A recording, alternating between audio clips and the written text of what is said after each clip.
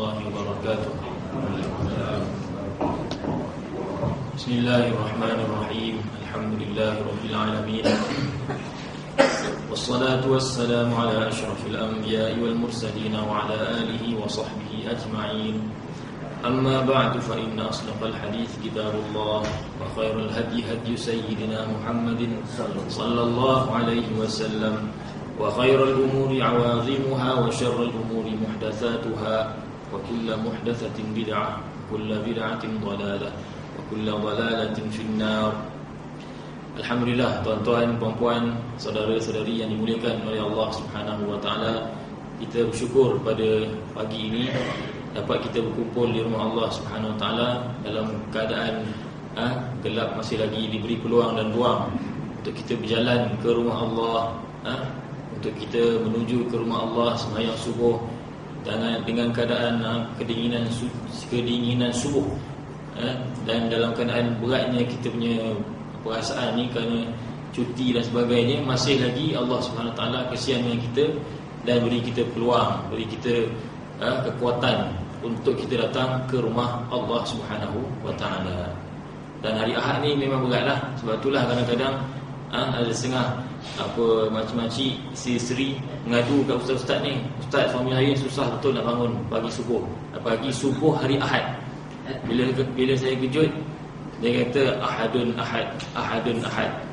Lah tu kisah Bilal dia empat batu disebut ahadun ahad. Ini dia empat selimut yang tak seberapa beratnya, tak payah sebut ahad lah. Ini disebut ahad.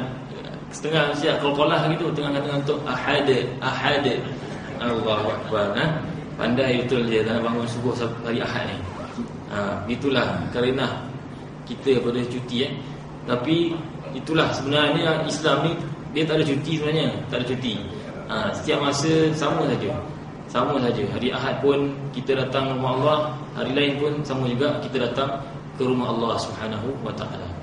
Baik, insya-Allah pada pagi ini insya-Allah tajuk yang saya nak bicarakan ni tajuk kecil saja sebenarnya. Mungkin tak melibatkan semua orang, tetapi kerana sering kali disalahfahami oleh setengah orang, maka rasanya perlu untuk kita terangkan kepada orang ramai. Orang yang belum tersalah faham, bila kita cerita benda ni, harap-harapnya tidak tersalah faham selepas ini.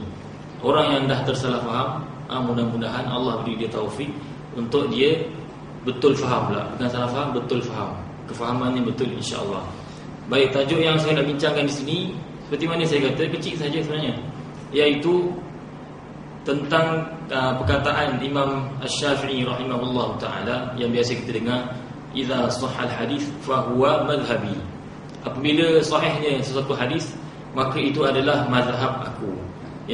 Kata-kata ini kita dah biasa dengar lah dalam TV, daripada radio, daripada mulut lidah-lidah para penceramah, daripada buku-buku yang kita baca dan sebagainya. Maksud kata-kata ini dari segi zahirnya, maksudnya ialah apabila telah sahihnya satu hadis, maka itulah mazhab Imam Syafi'i.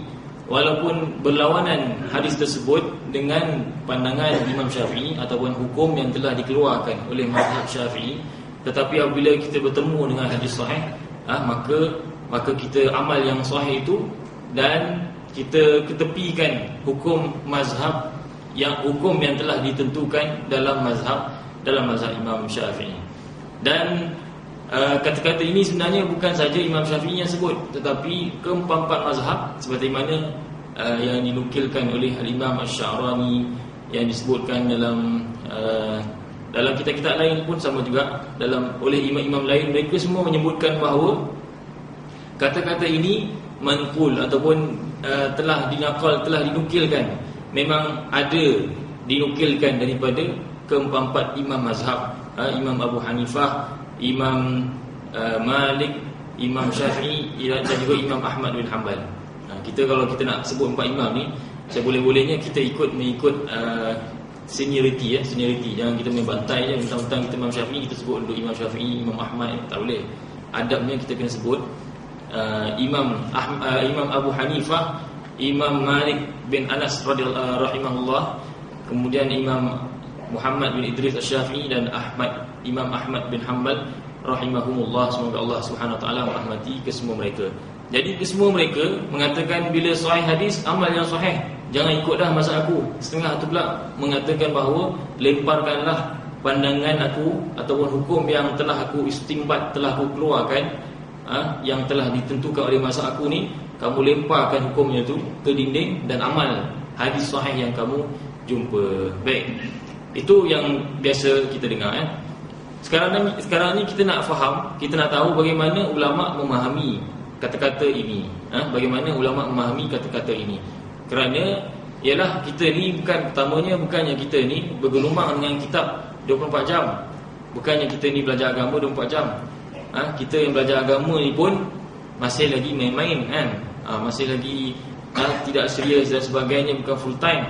Jadi ada kalanya kefahaman kita ni qasir, kurang. Kefahaman kita ni tidak jelas dan sebagainya. Ada kekurangan dalam kita memahami kata-kata para imam yang 4. Jadi insya-Allah ini kita akan bincangkan bagaimana para ulama memahami kata-kata tersebut. Bila sahih hadis, tinggalkan mazhab, amal yang sahih, hadis yang sahih. Baik. Kita akan pergi pada 3 mazhab sahaja, kerana mazhab Imam Ahmad bin Hanbal saya tidak menemui. Saya yang tak menemui lah, bukan tak ada. Saya yang tidak menemui penerangan dia terhadap kata-kata ini. Baik, dalam mazhab Hanafi, kita pergi pada mazhab Hanafi. Al-Imam Ibn Shihnah Al-Halabi, iaitu guru pada Al-Kamal bin Humam. Orang yang belajar fiqh Hanafi, dia kenal lah Kamal bin Humam ni, memang masyhur. Tapi guru dia mungkin tak berapa kenal. Jadi guru dia Ibn Shihnah ini berkata dalam syarahnya terhadap kitab Al-Hidayah. Kitab Al-Hidayah ni kitab fiqh Hanafi. Dia kata idza sahal hadithu wa kana ala khilafil madhhab umila bil hadithi wa yakunu zalika madhhabahu. Dia kata apabila telah sahih sesuatu hadis dan hadis itu bertentangan dengan mazhab, maka hendaklah diamalkan yang hadis tadi, dan jadilah amalan hadis itu jadilah mazhabnya. Maknanya bila bertentangan antara hadis sahih yang dijumpa dengan hukum yang telah dikeluarkan oleh mazhabnya, maka mazhabnya bukan lagi mazhab Imam Abu Hanifah, tetapi mazhabnya ialah apa yang hukum yang ditunjukkan oleh hadis sahih tersebut. Dia kata gitu. Kemudian dia cakap-cakap lagi, akhir sekali dia kata waqad haka zalika Ibnu Abdul Barr an Abi Hanifah wa ghairihi min al-a'immah. Dia kata Ibnu Abdul Barr, salah seorang ulama besarlah, yang mensyarahkan Muwatta dan sebagainya, dia telah menukilkan kata-kata ini daripada Imam Abu Hanifah, dan selain Imam Abu Hanifah daripada para imam. Jadi maknanya kata-kata ini Imam Abu Hanifah memang cakap, dan imam-imam lain juga seperti mana kita kata, mereka juga sebut benda yang sama. Kemudian Al-Imam Ibnu Abidin. Imam Ibnu Abidin ini kalau di India dan Pakistan terkenal dengan nama Allamah Syami, tapi di negara Arab tak terkenal dengan nama itu. Jadi sebab tu kita kena tahu juga istilah-istilah ni, kerana nanti kita akan keliru. Allamah Syami ni siapa pula?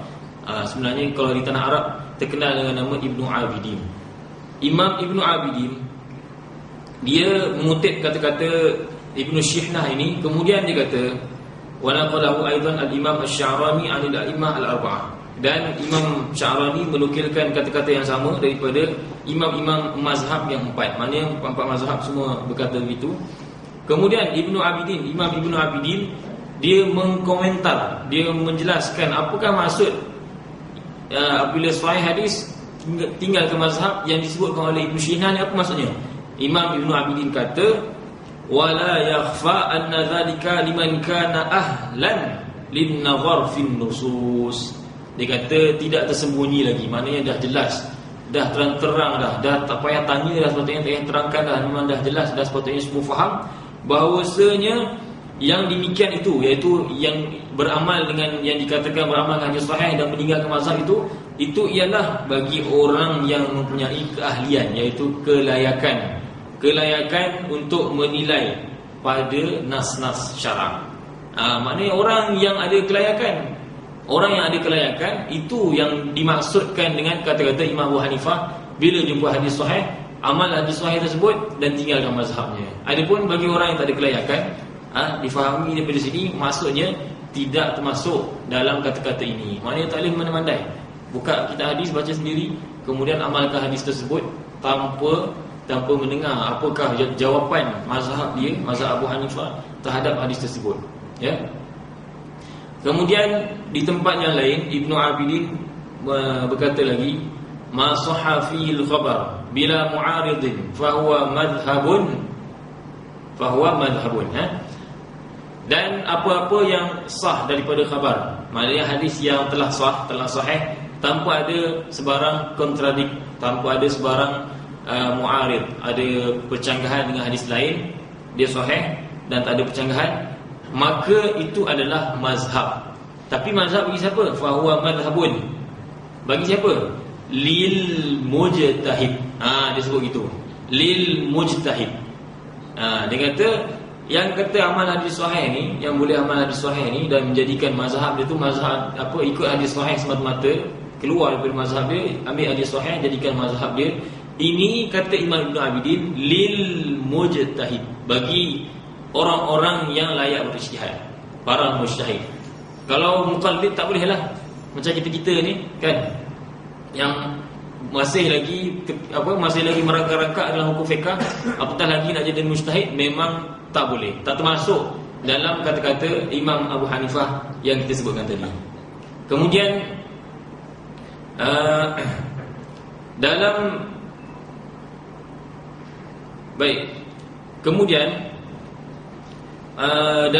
dalam kitab yang lain, menurut Al-Imam Al-Syekh Abdul Ghaffar Uyunussud Al-Himsi, salah seorang ulama Syiah yang alim dalam mazhab Hanafi, dia menyebutkan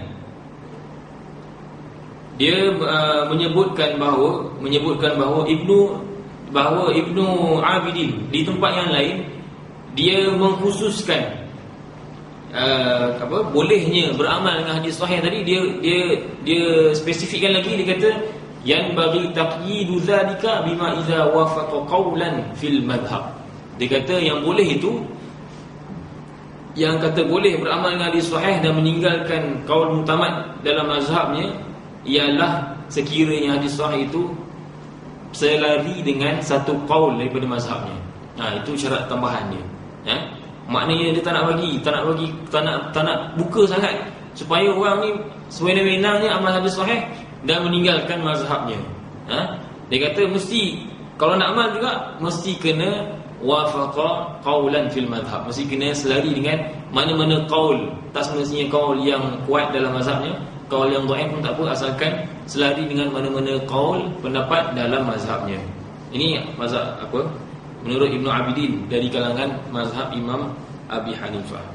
Kemudian Syekh Uyunussud ni dia kata huwa taqyidun hasan. Dia kata Imam Ibnu Abidin ni bila dia spesifikkan benda tu, dia kata itu bagus. Bagus. Kenapa? Dia kata li'anna nara fi zamanina kathiran mimma yunsabu ila al-ilm mughtarran fi nafsihi.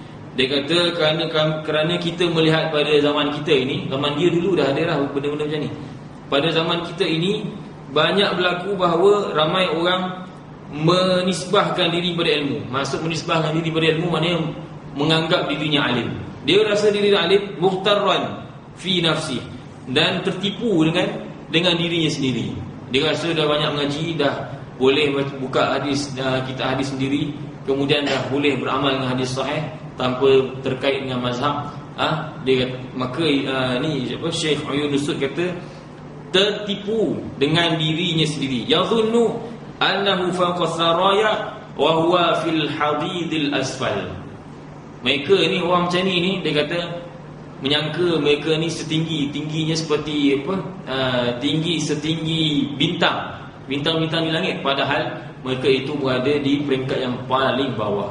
Farubbama yutani kitaban minal kutubis sittah mathalan fayara fihi hadithan mukhalifan li madhhab Abi Hanifah fayaqul idribu madhhab Abi Hanifah ala urdil haid. Dia kata kadang-kadang boleh jadi orang macam ni, orang yang jenis macam ni, dia baca mana-mana kitab daripada kutub sittah, daripada Sahih Bukhari, Sahih Muslim, Abu Daud, Sunan Nabi Daud, Tirmizi, Ibnu Majah, Nasa'i dan sebagainya. Kemudian dia melihat, dia menjumpai satu hadis yang bertentangan dengan mazhab Imam Abi Hanifah, maka dia pun tanpa segala silu dia kata campakkan dah mazhab Abu Hanifah ke dinding. Kenapa dia kata ini hadis sahih ni kamu masih lagi nak ikut mazhab ni hadis sahih? Ni masalahnya orang macam ni. Dia kata macam tu.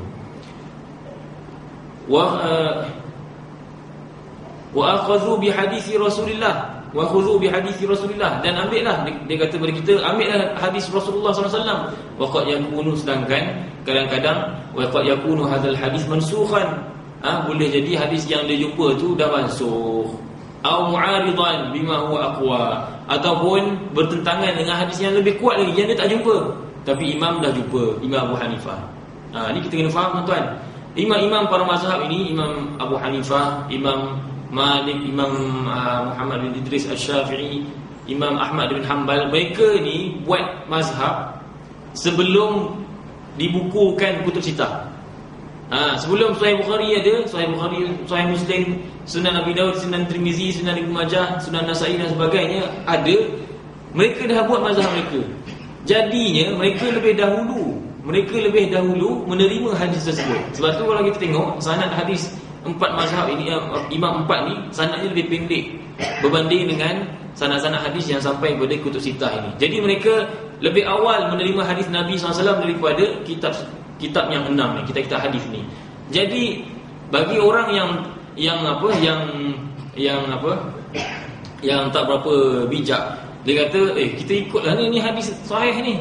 Sedangkan Imam Syafi'i, dan imam-imam selainnya, mereka lebih awal menerima hadis. Sebelum hadis tu dibukukan lagi, mereka dah ada hadis.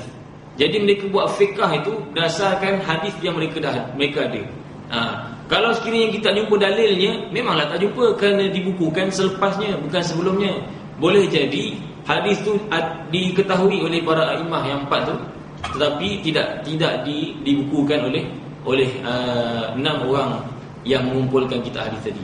Maka sebab tu ulama kata kita kena ikut mazhab, kerana imam mazhab mereka lebih tahu tentang hadis, mereka lebih awal menerima hadis Nabi SAW. Ya. Okey. Kemudian Syekh Uyunus Sud ini dia panjang lagi lah, dia cerita. Kemudian dia kata, falau fuwidha limithli haula al-amal bil hadis mutlaqan la dhallu fi kathirin min al-masail wa adallu man atahum min sa'il. Dia kata kalaulah diserahkan urusan hadis ni kepada orang-orang seperti ini, yang beramal dengan hadis secara mutlak, secara terus direct, maka mereka akan sesat pada kebanyakan masalah-masalah, iaitu masalah-masalah agama. Akan jadi sesat. Kenapa? Kerana kita tahu mana satu yang mansukh, mana satu yang muhkam, mana satu yang muawwal. Banyak dalam usul fiqh banyak. Wa adallu, dan mereka akan menyesatkan pula orang yang datang kepada mereka untuk bertanya. Orang datang kepada mereka bukan ambil hukum daripada mazhab, tapi mengambil hukum terus daripada hadis. Maka akhirnya orang yang bertanya itu juga disesatkan oleh orang-orang macam ni. Kemudian Syekh Muhammad Awwamah, dia mengatakan bahawa orang-orang begini, dia kata, takkanlah kamu sanggup mengatakan kami ini sesat hanya semata-mata kami beramal dengan hadis sahih. Ni kami beramal dengan hadis sahih, kenapa kamu kata sesat? Memanglah kami tak buat mazhab, tapi kami beramal dengan hadis sahih. Apa yang sesat sangat? Syekh Muhammad Awwamah dia kata, kita tidak kata mereka ni sesat kerana mereka ni mengamalkan hadis sahih, bukan. Kita kata mereka ni sesat kerana beraninya mereka masuk dalam bidang yang tak sepatutnya mereka masuk, kerana mereka tak layak masuk dalam bidang tu, iaitu bidang hadis. Itu maksudnya. Sesatnya itu bukan pada perbuatan dia mengamalkan hadis sahih, tak.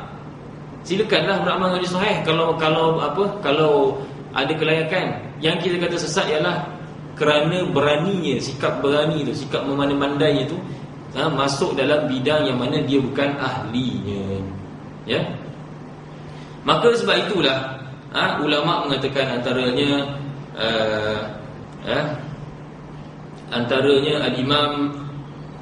Al-Imam Abu Muhammad Abdullah bin Wahab, beliau mengatakan bahawa al-haditsu madillatun illa lil ulama.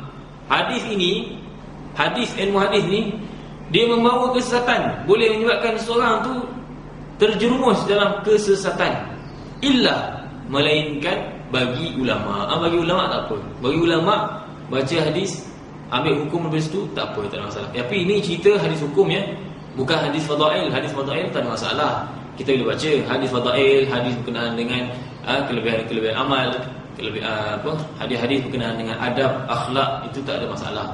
Yang jadi masalah ialah hukum.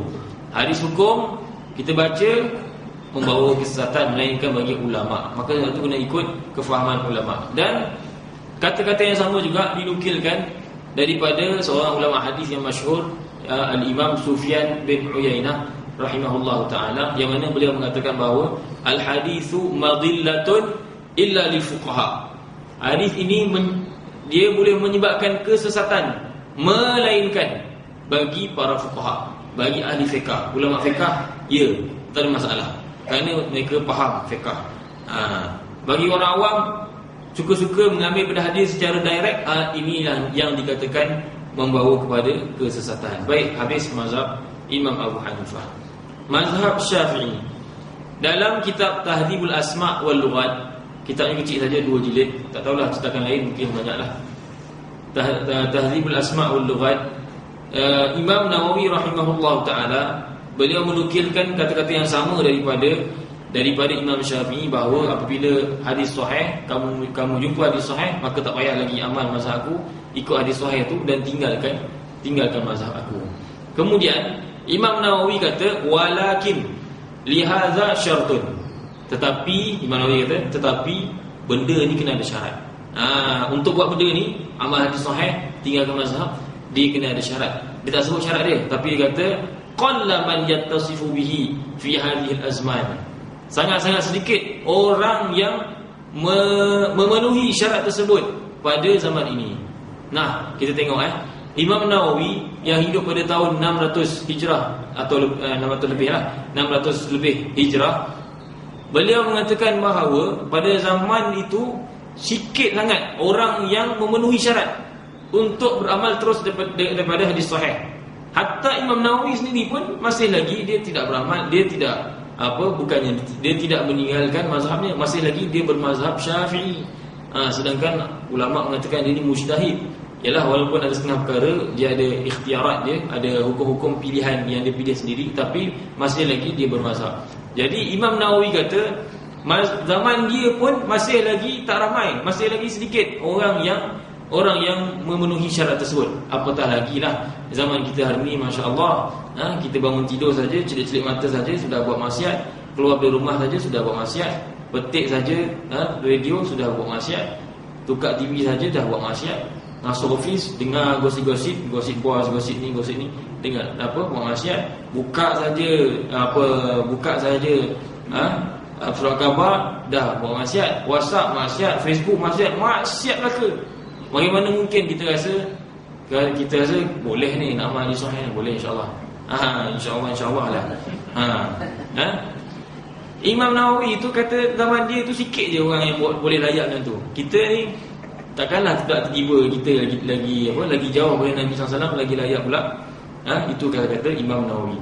Kemudian dalam kitab lain, Imam Nawawi juga dalam kitab Majmu', kitab Majmu' ni kitab besar, kitab antara kitab tertinggi lah dalam mazhab Syafi'i, kerana dalamnya ada dalil-dalil mazhab Syafi'i. Orang-orang yang tidak tahu apa dalil mazhab Syafi'i, dia kena buka kitab tu. Itulah kitab dalilnya. Kalau setakat buka kitab-kitab kecil, Sabilul Muhtadin, kitab Matan Nabi Syuja', Matla'ul Badrain, itu memanglah kita tak jumpa dalilnya. Tak jumpa dalil bukan maknanya tak ada dalil. Itu kitab-kitab kecil, buka kitab besar lah baru jumpa. Setengah orang dia cuba untuk menyebabkan orang syak kepada mazhab Syafi'i. Dia kata, tengok mana ada dalil, aku ada dalil, kau tak ada dalil, ikut akulah. Bukannya tak ada dalil, tak jumpa dalil, belum jumpa. Baik, dalam kitab Majmu', Imam Nawawi kata, hadha alladhi qalahu Syafi'i Ini yang Imam Syafi'i cakap ni, yang tadi tu, yang bila jumpa hadis sahih, amal hadis sahih, tolak mazhab. Dia kata, yang Imam Syafi'i cakap ni, laisa ma'nahu anna kulla ahadin ra'a hadithan sahihan qala hadha madhhabu Syafi'i wa amila bi zahirihi. Dia kata yang Imam Syafi'i kata ni bukanlah maknanya setiap orang, semua orang bila lihat hadis sahih, jumpa hadis sahih, maka kata inilah mazhab Imam Syafi'i. Dia pun beramal dengan zahir hadis tadi. Kerana apa? Kerana dia kata Imam Syafi'i kan izinkan kita amal hadis sahih, tinggalkan mazhabnya. Inilah dia mazhab Syafi'i. Nampak? Dia kata bukan setiap orang boleh buat macam tu. Wa inna ma hadza fi man lahu rutbatul ijtihad fil madhhab. Hanya sebenarnya benda ini pada bagi orang yang mana telah mencapai tahap ijtihad dalam mazhab. Mujtahid lah maknanya. Orang mujtahid dia. Itu yang dimaksudkan oleh Imam Syafi'i boleh buat macam tu. Ya. Wa syartuhu, dan syarat nak buat macam tu, nak ambil hadis sahih teramal, ayang liba ala dhannihi anna Syafi'i rahimahullahu taala lam yaqif ala hadzal hadis. Dia mestilah mempunyai sangkaan yang kuat bahawa Imam Syafi'i tidak pernah menjumpai hadis tersebut. Aw lam ya'lam sihhatahu. Dia mesti ada sangkaan yang kuat bahawa Imam Syafi'i tidak tahu tentang sahihnya hadis ini.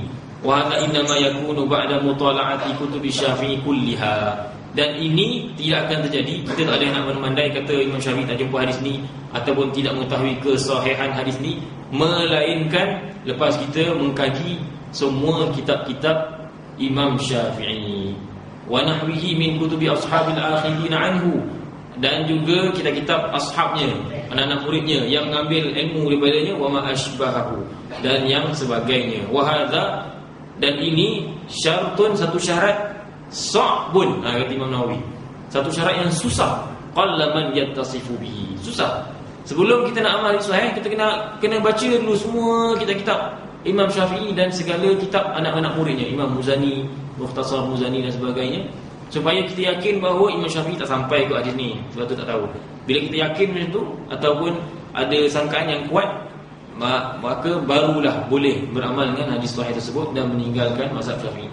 Dan ini tak boleh sewenang-wenangnya, melainkan selepas baca semua, kaji semua. Baca saja pun tak faham, tak boleh juga.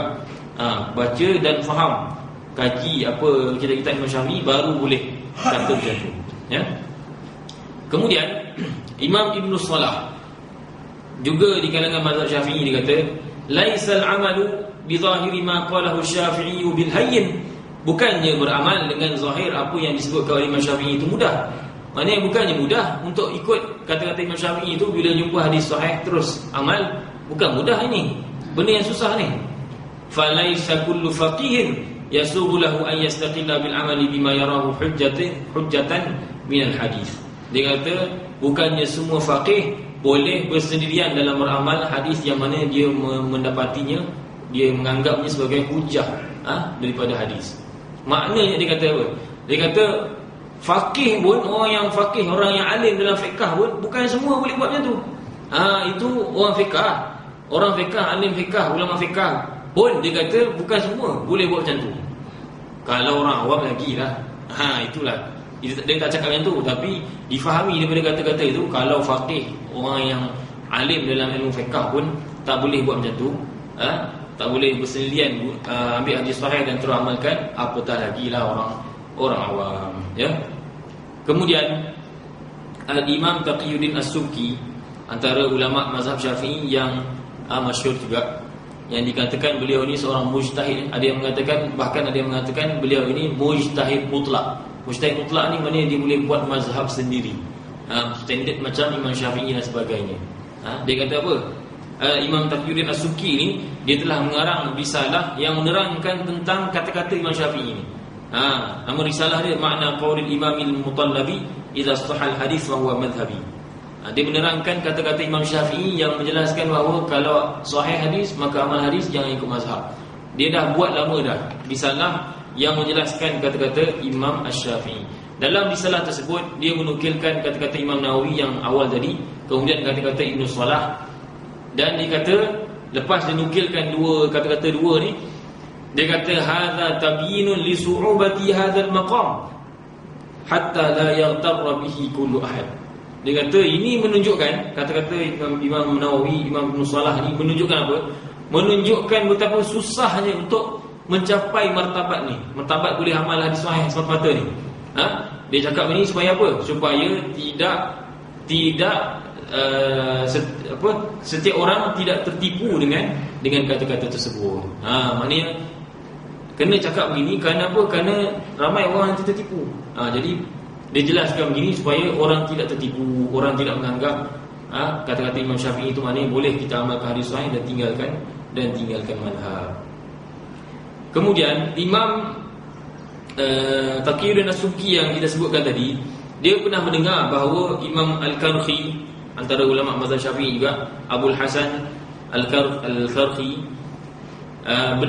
Imam Al-Karhi, Imam Taqiyuddin As-Subki mendapat tahu bahawa Imam Al-Karhi meninggalkan kunut subuh dengan alasan kerana hadis yang mengatakan bahawa Nabi SAW meninggalkan solat subuh itu adalah hadis yang sahih. Dia tinggalkan. Jadi Imam Subki dia pun sama juga tinggalkan kunut subuh. Bila subuh tak kunut. Kenapa? Kerana dalam fikiran dia sedang beramal dengan kata-kata Imam Syafi'i. Dia fikir dia beramal dengan kata-kata Imam Syafi'i, bila sahih hadis tinggalkan mazhab. Mazhab kata kena buat kunut, tapi hadis sahih kata kunut tak ada, jadi tak payah buat. Dia amal hadis sahih. Lama juga dia buat macam tu. Kemudian bila lama-lama Imam Taqiyuddin As-Subki belajar, mengkaji, akhirnya terzahir padanya.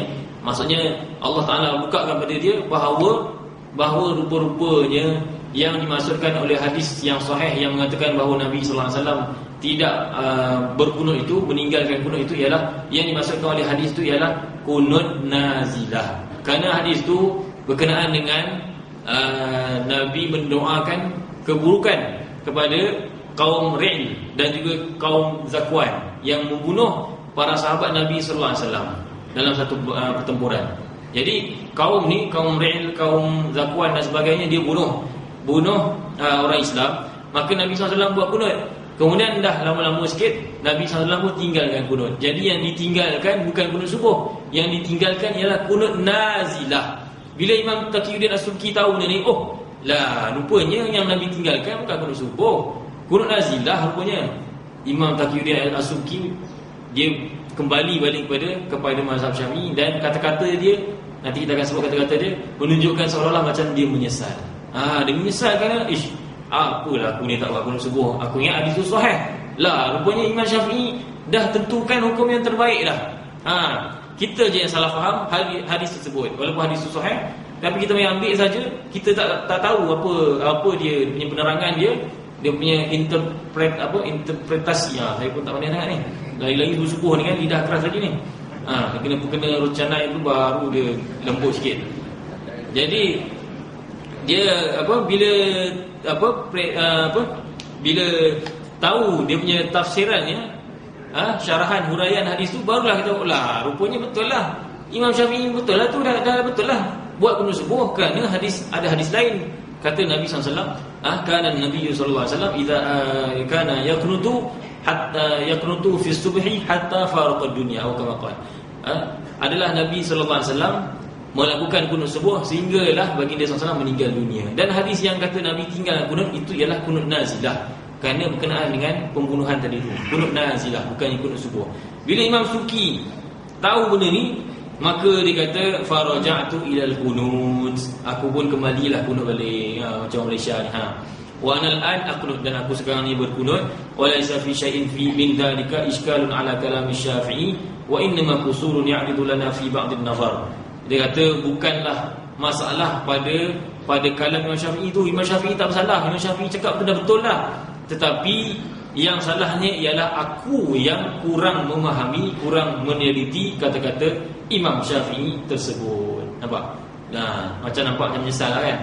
Jadi Imam As-Subki dia dah try and error dah, nak ikut idza sahal hadis fa huwa madhhabi tu. Bila dia dah try and error mengikut hadis sahih dan tinggalkan mazhab. Tapi akhirnya tengok mazhab juga yang betul punya.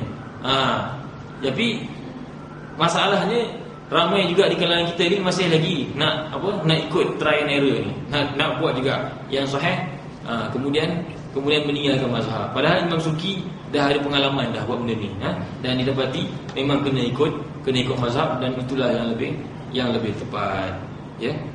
Dan Imam Subki ni seperti mana saya katakan, ulama katakan bahawa beliau ni mujtahid, dan mujtahid masih lagi bermazhab. Setengah tu mengatakan Imam Subki ni mujtahid mutlak pula. Mutlak ni dia mujtahid ada banyak peringkat, mujtahid mazhab, mujtahid fatwa, mujtahid mujtahid mutlak. Mujtahid mutlak ni memang boleh berijtihad sendirian, boleh buat mazhab sendiri, tak ada masalah. Tapi dalam keadaan hebat macam tu pun masih lagi dia mengamalkan mazhab Imam Asy-Syafi'i. Kemudian kata Imam Abu Syamah merupakan anak murid pada Imam Ibn Salah dan guru kepada Imam Nawawi rahimahullahu taala. Jadi dia kedudukan di antara Ibn Salah dan juga Imam Nawawi.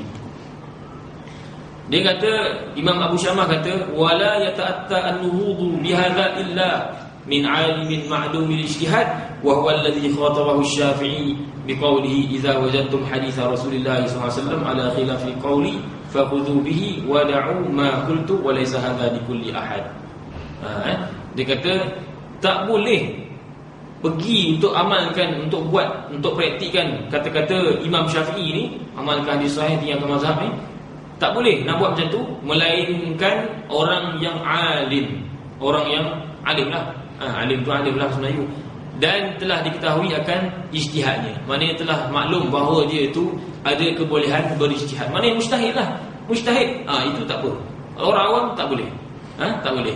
Kemudian Imam Abu Syamah ni kata, dan orang beginilah, orang yang disebutkan ni, orang alim, orang yang boleh berijtihad dan sebagainya, orang macam ni lah yang ditujukan oleh Imam Syafi'i akan kata-katanya tadi tu. Imam Syafi'i kata bila jumpa hadis sahih, kau tolaklah mazhab aku, amalkan hadis sahih yang kau jumpa tu. Imam Abu Syamah kata kata-kata ini ditujukan kepada orang yang mujtahid, bukannya orang awam. Dan kalau kita fikir dari segi logik pun, Imam Syafi'i dia kata kata-kata ni kepada anak murid dia, Imam Muzani, Imam Ahmad dan sebagainya. Dan mereka ni anak-anak murid dia semua mujtahid. Jangan samakan anak murid Imam Syafi'i dengan anak murid Ustaz Syafi'i lain. Anak murid Ustaz Syafi'i macam kita-kita ni lah, orang biasa. Anak murid Imam Syafi'i mujtahid. Jadi bila Imam Syafi'i kata, okey, sekarang kamu amal hadis sahih. Kalau kamu jumpa hadis sahih selain daripada mazhab aku, kau amal hadis sahih, tak payah ikut mazhab aku. Ini Imam Syafi'i kata pada anak murid dia, yang mana anak murid dia telah sampai tahap mujtahid. Kan?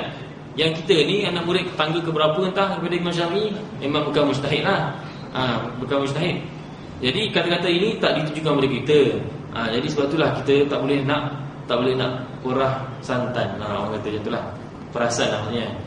Kata-kata ni bukan untuk kita sebenarnya. Kemudian baik, kita pindah pada mazhab Maliki. Mazhab Maliki, dalam mazhab Maliki, dalam kitab Syarah At-Tanqih, Imam Qarafi menyebutkan bahawa kebanyakan para fuqaha, saya terus terjemahlah nas Arabnya, teks Arabnya panjang. Kebanyakan fuqaha mazhab Syafi'i, dia pun hafalkan mazhab Syafi'i juga. Kebanyakan fuqaha, ulama fiqh lah daripada mazhab Syafi'i, mereka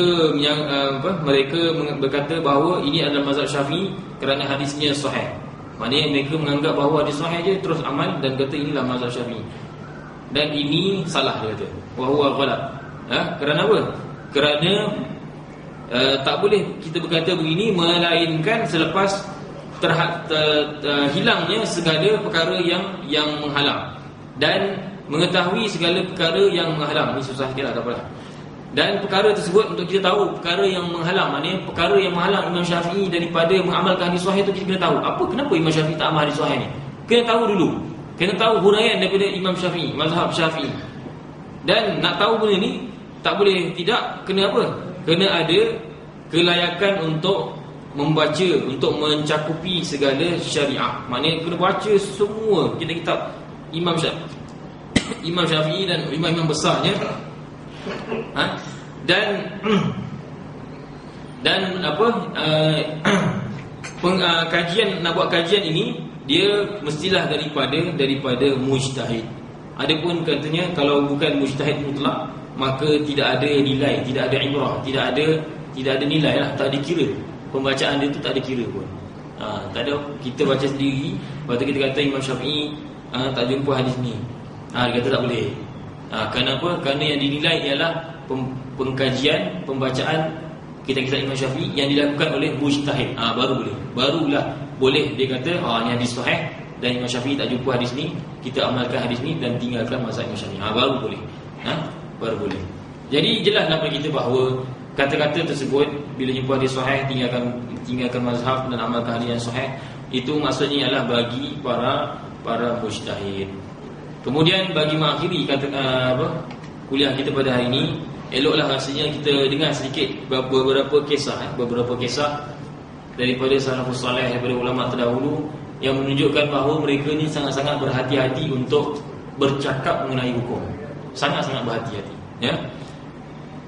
Imam Abu Nu'aim meriwayatkan dalam kitabnya Hilyatul Awliya daripada Imam Malik bahawa Imam Malik berkata, ma aftaitu hatta syahidali sab'una anni ahlun lidzalik. Imam Malik kata, aku tidak berfatwa, tidak mengeluarkan hukum, tidak bercakap tentang hukum, melainkan setelah 70 orang mengiktiraf aku layak untuk buat demikian. 70 orang. La ilaha illallah. 70 orang iktiraf dia baru dia berani untuk mengeluarkan hukum. Tapi 70 orang ni alim lah, bukannya 70 orang dalam Facebook buat status dalam Facebook ada 70 orang like. Ni mana setuju lah ni, aku dah macam Imam Malik lah, 70 orang dah iktiraf aku. Bukan ulama maksudnya. Kemudian dalam kitab lain dinukilkan kata-kata Imam kata-kata Imam Asy-Syafi'i rahimahullahu taala bahawa seorang lelaki telah ceritakan kepada Imam Malik bahawa lelaki ini telah datang kepada Rabi'ah bin Abi Abdurrahman. Rabi'ah ni lelaki, tuan-tuan, bukan perempuan. Dia anak murid kepada Imam Malik. Lelaki ni cerita Imam Malik, dia pernah datang jumpa dengan Rabi'ah. Dia mendapati Rabi'ah ni sedang menangis. Dia kata, kenapa nangis? Dia kata, adakah kamu ni ditimpa musibah? Anazalat alaika musibah. Adakah kamu ni ditimpa musibah? Qala la, bukan, tak ada benda pun ditimpa musibah. Dia kata, habis tu kenapa? Walakin ustuftiya man la ilma lah wa zahara fil islami amrun azim. Dia kata, bukan kerana musibah aku nangis, tapi aku menangis kerana aku mendapati ada seorang lelaki yang tidak berilmu, tidak layak dan sebagainya. Tapi orang tanya kepada dia bab hukum, maka telah terzahirlah satu bencana yang besar di dalam Islam. Kata Rabi'ah, anak murid pada Imam Malik. Allah Akbar. Menangis dia bila seorang lelaki keluarkan hukum. Satu keluarkan hukum, satu lagi dia orang tanya kepada dia. Janganlah tanya kepada dia. Orang yang tak alim, tanyalah kepada orang yang alim, yang ada ilmu. Menangis dia melihatkan fenomena begini. Allahu Akbar. Kalau Rabi'ah bin Abi Abdurrahman ini hidup pada zaman kita, rasanya memang 24 jam dia akan menangis. Buka Facebook je, ada mufti baru. Buka WhatsApp je ada mufti baru. Semua nak bercakap tentang hukum. Ada kalanya kita tak cakap pun, tapi kita forwardkan daripada orang yang tak layak. Sama juga. Dia kata, saya tak cakap, saya forward pada orang. Yelah, orang tu layak ke tak? Tak layak, sama jugalah. Kau yang ni sama jugalah. Dia yang salah, betul kau forward pula, sama juga. Jadi nak forward, kena forward daripada ahli ilmu. Kemudian Ibnu Abdul Bar, dia meriwayatkan kata-kata lain daripada Rabi'ah juga, anak murid Imam Malik. Rabi'ah kata, wala ba'du man yuftiha huna ahaqu bisijn minas surra. Dia kata sebahagian orang yang berfatwa di sini, dia kata lebih berhak masuk dalam penjara berbanding para pencuri. Dia kata ada kat sini, dia kata kawasan ni, Allah, ada setengah orang dia lagi berhak masuk dalam penjara. Kenapa? Kerana dia bagi fatwa tanpa ilmu. Allah Akbar. Kemudian Ibnu Salah dia komentar terhadap kata-kata Rabi'ah tu. Dia kata semoga Allah merahmati Rabi'ah. Bagaimanalah pula kalau sekiranya kaifalau adraka zamanana, bagaimanalah pula kalau agak-agaknya Rabi'ah tu hidup pada zaman kita ini, pada zaman Ibnu Salah ni, bukan zaman sekarang ni. Wa masyaallah wala haula wala quwwata illa billahil aliyil azim wa hasbunallahu wa ni'mal wakil. Mana dia kata ya Allah, kalaulah Imam Rabi'ah ini hidup zaman ni, la ilaha illallah, memang lagi menangislah, memang setiap masa menangis. Jadi tuan-tuan, perempuan, hadirin hadirat yang dimuliakan oleh Allah Subhanahu Wa Taala, kita kena fahamlah bahawa tidak semua orang boleh bercakap tentang ilmu. Walaupun hadis ada depan mata kita, tidak semua orang boleh bercakap tentang ilmu. Setengah orang dia kata, tak apalah, saya ada tafsiran sendiri, kamu ada tafsiran sendiri, kita dua guna hadis. Ya memang, tapi masalahnya kita tak layak. Dia kata, tak apa, layak tak layak tu tak ada hal. Sebab apa? Dalam hadis sebut, siapa yang berijtihad, kalau betul dapat 2, kalau salah dapat 1. Memanglah, itu satu hadis. Dia terlupa satu lagi hadis. Satu lagi hadis Nabi sallallahu alaihi wasallam bersabda, qadhi ini ada 3. Saya pun tak ingat hadis tu apa. Tapi ada diceritakan bahawa sebahagiannya masuk dalam neraka. Yang tu tak ada cerita pula. Dia hanya cerita orang yang berijtihad, kalau betul dapat 2 pahala, kalau salah dapat 1 pahala. Dia tak cerita orang yang qadhi, yang menghukum ni, dia, saya tak ingat hadis tu, tapi sebahagiannya masuk dalam neraka. Yang tu tak cerita pula masuk neraka. Tersalah hukum, yang tu tak cerita pula. Yang dicerita tersalah hukum tak apa, salah ijtihad dapat 1. Itu aja dia cerita. Ini menyebabkan orang masing-masing ada boleh keluarkan pandangan terhadap hadis. Ini bahaya tuan-tuan tak nampak dekat sini. Saya ni sebab saya nampak kat Mesir. Kat Mesir ni dah berlaku fenomena ni, sebab tu kita dah sekat daripada awal. Di Mesir ada seorang, tak apa kot sebut nama kan. Ini kalau orang fasik ni tak apa kita sebut nama dia, tak kira mengumpat. Nama dia Islam Buhairi, nama dia Islam Buhairi. Nama dah Islam lah, tapi mudah-mudahan Islam lah insya-Allah. Tapi tak tahulah Islam jadi macam mana. Nama dia Islam Buhairi. Dia apa dia buat? Dia baca Sahih Bukhari Muslim, kemudian dia masuk TV, dia pertikaikan. Tengok ni, ini salah, ini salah. Semua dipertikaikannya. Tapi alhamdulillah Masyayikh Azhar, mereka bangkit dan mereka jawab balik, berdebat di dalam televisyen, mempertahankan Sahih Bukhari. Islam Bukhari ni dia baca Quran pun tak betul. Macam mana pula nak mengambil hadis? Macam kita lah, kita zaman sekarang ni di Malaysia ni, orang-orang yang memandai ni baca Quran pun kadang tak betul. Sebab tu lah Sayyidina Umar bin Abdul Aziz, Umar bin Abdul Aziz mengatakan bahawa beruntunglah orang yang sedar akan tahap dirinya. Orang yang sedar diri, dia ni orang yang beruntung. Orang yang tak sedar diri, ini tak beruntung. Kenapa? Kerana susah nak tarik dia. Tapi kalau orang tu sedar diri, ya Allah, aku ni siapa dah, dalam maksiat penuh, dah solat pun masih lagi banyak lubang-lubang, dah lah Qurannya masih lagi lintang bukang, dah lah hukum fiqahnya masih lagi lintang bukang. Macam manalah pula tiba-tiba boleh bagi pandangan dalam hukum la ilaha illallah. Itu dia. Kita ni tuan-tuan, berkenaan dengan taharah pun masih lagi kita masih lagi tak kukuh, kan? Kalau saya tanya tuan-tuan bab haid nifas ni, istihadah, memang orang ni sembilan itu tak tahu orang ni sembilan tu orang mana cakap mencanak lah. Mencanak ni memang tak tahu maksudnya apa kan. Maknanya memang kelang kabut lah, kan? Apa had maksimum bagi haid, berapa hari seorang perempuan tu had maksimum dia haid bila berapa hari, lebih daripada had maksimum tu dikira istihadah, kan? Jangan lagi lah, maka sebab itulah kita kena kita faham. Pertamanya kita faham bahawa yang dikatakan oleh Imam Syafi'i rahimahullah ta'ala, apabila sahih satu hadis itu adalah mazhab aku, itu pertamanya ditujukan kepada para fuqaha, para mujtahidin, yang mana mereka ni faham, mereka tahu Imam Syafi'i, mereka membaca semua kitab-kitab Imam Syafi'i, mereka boleh tentukan Imam Syafi'i tahu tak hadis ni. Kalau tak tahu, ya, barulah kita ambil hadis sahih tadi dan amalkan. Kalau Imam Syafi'i ada jumpa hadis tu, kita kena tahu pula apa pula kenapa Imam Syafi'i tak guna hadis tu. Boleh jadi hadis tu mansukh, boleh jadi hadis tu umum dikhususkan oleh hadis yang lain, boleh jadi hadis tu menceritakan satu hal tetapi hal yang lain pula hukumnya dan sebagainya. Kena tahu apa jawapan mazhab Syafi'i terhadap hadis tu. Sebab apa? Sebab sekarang ni ramailah yang yang bercelaru berkenaan dengan ni. Orang datangkan berkenaan dengan hadis kunut, orang datangkan berkenaan dengan hadis gerak-gerak jari dalam tahiyat, orang datangkan hadis berkenaan dengan turun sujud dengan lutut dulu, dengan tangan dahulu. Mazhab Syafi'i lutut dahulu. Orang datangkan hadis ni datang sehingga kita keliru. Kenapa mazhab Syafi'i tak amal hadis ni makanya ulama kata kena tahu dulu apa jawapan mazhab Syafi'i.